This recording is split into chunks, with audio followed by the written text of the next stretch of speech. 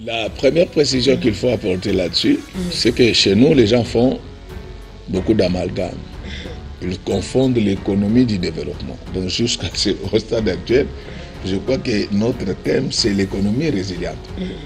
Alors, les gens créent une cacophonie en disant qu'ils ne sentent rien. Donc lorsque vous dites que vous ne sentez rien par rapport à la résilience de l'économie, comprenez que vous avez déjà quitté la sphère économique et que vous êtes maintenant dans la sphère développement. Donc ce sont deux notions différentes.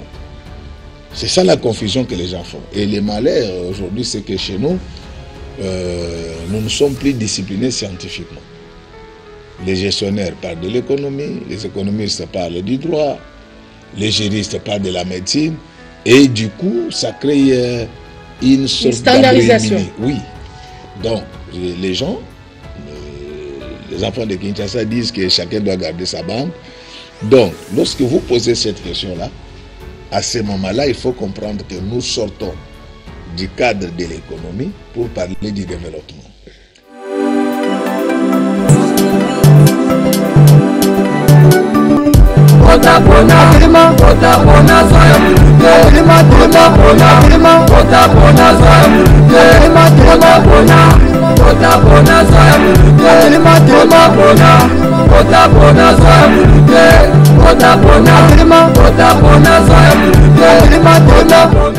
De croissance économique positive et nous continuons à subir, je le dis bien, c'est vrai, vous venez de le réélever, un taux de chômage très élevé.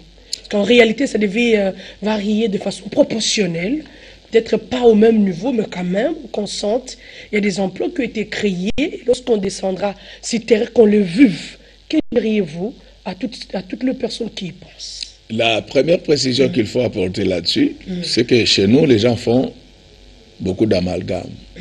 Ils confondent l'économie du développement. Donc jusqu'au stade actuel, je crois que notre thème, c'est l'économie résiliente. Alors, les gens créent une cacophonie en disant qu'ils ne sentent rien. Donc lorsque vous dites que vous ne sentez rien par rapport à la résilience de l'économie, comprenez que vous avez déjà quitté la sphère économique et que vous êtes maintenant dans la sphère développement. Donc ce sont deux notions différentes. C'est ça la confusion que les gens font. Et le malheur aujourd'hui, c'est que chez nous, nous ne sommes plus disciplinés scientifiquement. Les gestionnaires parlent de l'économie, les économistes parlent du droit, les juristes parlent de la médecine, et du coup, ça crée une sorte de standardisation. Oui. Donc, les gens, les enfants de Kinshasa disent que chacun doit garder sa bande. Donc, lorsque vous posez cette question-là, à ce moment-là, il faut comprendre que nous sortons du cadre de l'économie pour parler du développement. Et pourquoi les gens disent qu'ils ne l'ont pas ressenti, je pense que c'est une façon de parler. Il faut peut-être dire qu'on ne l'a pas ressenti à la hauteur de nos attentes. Et là, la première réponse, c'est que le développement des États a toujours été chronophage. Donc, il s'inscrit dans le temps. Donc, il n'y a aucun gouvernement au monde qui peut vous dire qu'aujourd'hui, moi, je vais régler tout je vais faire de vous un État développé. D'ailleurs, pour votre information, vous devez savoir que la Chine n'est pas un État développé. La Chine n'est pas un État jusqu'à présent, c'est un État émergent. Je préfère vous le dire. La Chine n'est pas un État développé. Tous les pays membres du BRICS, c'est des pays émergents. Ce ne sont pas des États développés. Donc, pratiquement, parce que lorsque nous avons... Mais l'Inde, quand même, tend vers... Non, mais c'est ça la difficulté. Donc, l'Inde n'est pas un État développé. C'est vrai que c'est parmi les économies les plus prospères du monde.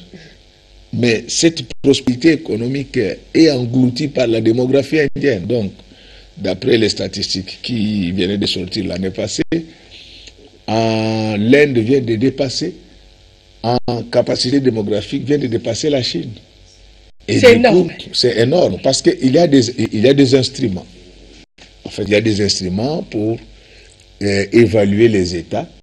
et les situer dans ces rankings pour savoir qui est développé qui ne l'est pas. C'est ainsi que lorsque vous êtes au niveau des Nations Unies, il y a 3 groupes, en fait, lorsqu'on pouvait parler des États qui fonctionnent de manière normale. Vous avez des États à revenus intermédiaires, et là, les revenus par habitant aussi entre 1050 et 4000 $. Vous avez les États émergents, dont les revenus par habitant aussi entre 4000 et 12 000 $. Et les États développés, ce sont les États dont le revenu par habitant est supérieur à 12 000 $. Alors, qu'est-ce qui se passe avec l'Inde et la Chine? Vous allez trouver que la Chine, aujourd'hui, c'est 17% du PIB mondial, c'est 8% des importations mondiales, 12% des exportations mondiales. Mais lorsque vous prenez, et même avec un budget de 1500 milliards de $, lorsque vous prenez au bout du bout cette croissance économique que vous devez dans ces PIB faudrait dire, et que vous les divisez par la population, du coup, lorsque vous êtes dans des pays comme Guangzhou, c'est autour de 3 000 $ comme revenu par habitant. Et là, si on était rigoureux, ça devait être classé même parmi les États revenus intermédiaires. Mais ce qui se passe au niveau de la Chine, c'est que quand ils calculent les revenus par habitant, ils les font de manière stratifiée. C'est ainsi que lorsque vous êtes à Shanghai, le revenu par habitant, il est de 18 000 $. Lorsque vous êtes en Guangzhou, il est de 3 000 $. Quand on fait la moyenne, ça tombe. Où se situe la République démocratique du Congo dans cette répartition? Non, c'est vrai que nous sommes en train d'évoluer. Voilà. Donc nous ne sommes nulle part dans ce classement. Jusqu'à présent? Oui, tout simplement parce que notre revenu par habitant est aujourd'hui de 690 $. Mais il faut rappeler ici qu'en 2018, nous étions à 550. Donc, nous il y a quand même une augmentation. Aujourd'hui, 690, nous sommes en train d'évoluer. Mais c'est possible que nous puissions, avant 2028, contrairement, parce que lorsque vous lisez notre plan national stratégique de développement, c'est d'ici 2030, qui a commencé en retard, nous devions être déjà un État revenu intermédiaire en 2023. Mais malheureusement, ce PNSD conçu depuis 2015 n'a pas été mis en œuvre. D'abord, le gouvernement de l'époque avait oublié d'y intégrer la dimension régionale. Et quand on a essayé d'intégrer cette dimension, ils n'ont pas pu l'appliquer. C'est avec le gouvernement actuel qu'on a commencé l'application. C'est pour dire que les délais doivent également être repoussés. Donc nous avons perdu beaucoup de temps. Beaucoup de temps. De se constituer ou de se construire voilà. À l'intérieur. Alors, ce qui fait qu'aujourd'hui, nous sommes à 690 $ par habitant. Et c'est possible que nous puissions entrer dans la stratification des États revenus intermédiaires d'ici 2025 si on passe par la digitalisation. Donc, si on digitalise et que nous avons la possibilité de capter l'économie souterraine, je crois que ça va augmenter davantage notre PIB au niveau de la compta nationale et ça va nous permettre d'aller vite. Mais ce qu'il faut retenir, c'est que nous devons travailler durement pour faire avancer la République démocratique du Congo. Même avec le système sidonien, là, je vois de la DGDA, dernièrement, c'était, je crois, l'ERFECT. Vous voyez comment peut-être renforcer les capacités. Ah, là c'était la journée mondiale voilà, de la douane qui se célèbre chaque année. Est-ce que vous y étiez? Oui, comme invité, bien sûr. Qu'on avait abordé aussi. Comme simple invité. Voilà. J'ai été comme simple invité. Donc, oui, non, je n'ai pas honte de le dire. Donc, voilà. Je suis douanier en détachement. Je suis douanier en détachement.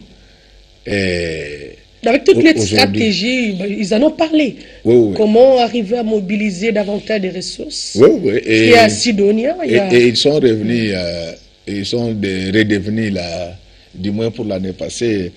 Et ça a été l'unique régie financière d'après le ministre des Finances qui a atteint les assignations cette année. L'unique. Oui. Mais d'ailleurs, aujourd'hui, on a déjà dépassé cette étape-là de Sidonia, de la DGDA. Nous sommes maintenant, aujourd'hui, au niveau du guichet unique du commerce extérieur. Donc, l'accord sur la facilitation des échanges oblige aujourd'hui les États membres de l'OMC d'avoir un guichet unique intégral guichet unique du commerce extérieur.